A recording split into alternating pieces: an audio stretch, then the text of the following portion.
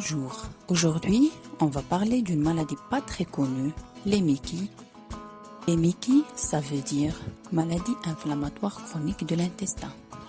Et ça désigne surtout deux maladies, la rectocolite hémorragique et la maladie de Crohn.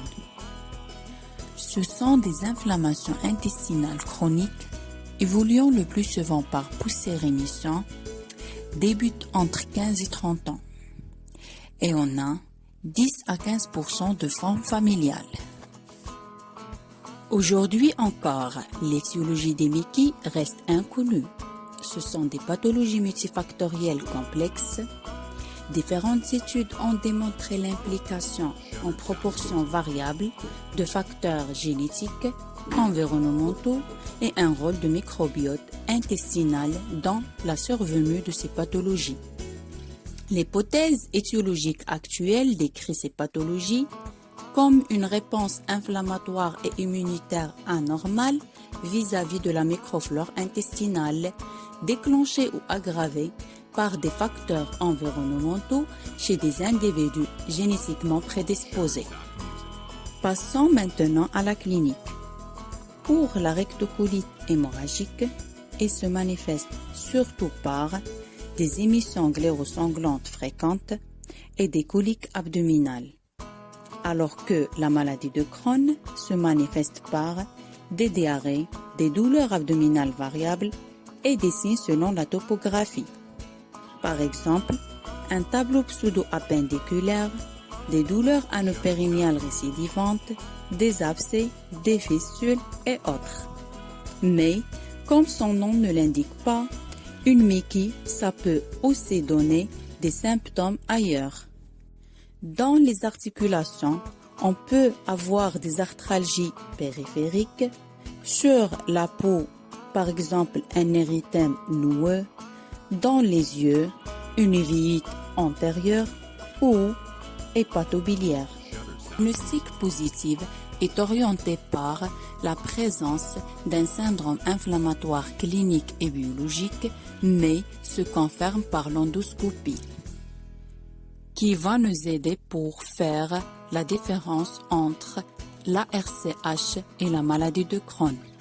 Donc, pour la RCH, l'inflammation touche le rectum et remonte plus ou moins sur le côlon, alors que dans la maladie de Crohn, l'inflammation peut atteindre tout le tube digestif, de la bouche jusqu'au l'anus. Les lésions dans la RCH sont continues, homogènes, sans intervalle de muqueuse saine et superficielle. Et la muqueuse, elle est rouge, fragile et saignant spontanément.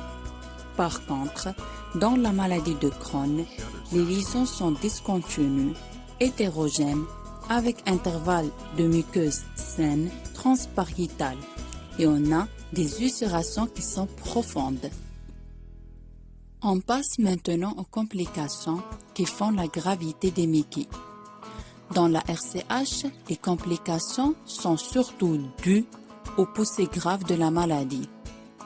On peut avoir des perforations qui peuvent entraîner une péritonite, un sepsis, un pneumopéritoine, colectasie et des hémorragies profuses. Alors que dans la maladie de Crohn, les complications sont dues soit à un épaississement inflammatoire de la paroi et la sclérose, qui peuvent entraîner des sténoses, des compressions des organes de voisinage et un syndrome de malabsorption par les résections itératives et les atteintes étendues, ou dues aux ulcérations nécrosantes qui peuvent entraîner des perforations, des abcès et des fistules. Il faut savoir également que le risque d'adénocarcinome rectocolique est de l'ordre de 10% dans la RCH, alors que ce risque est plus rare dans la maladie de Crohn. Pour soigner les MICI, il y a plusieurs stratégies. Déjà, on aimerait bien soigner les causes, mais la seule cause qu'on peut changer, c'est le tabac.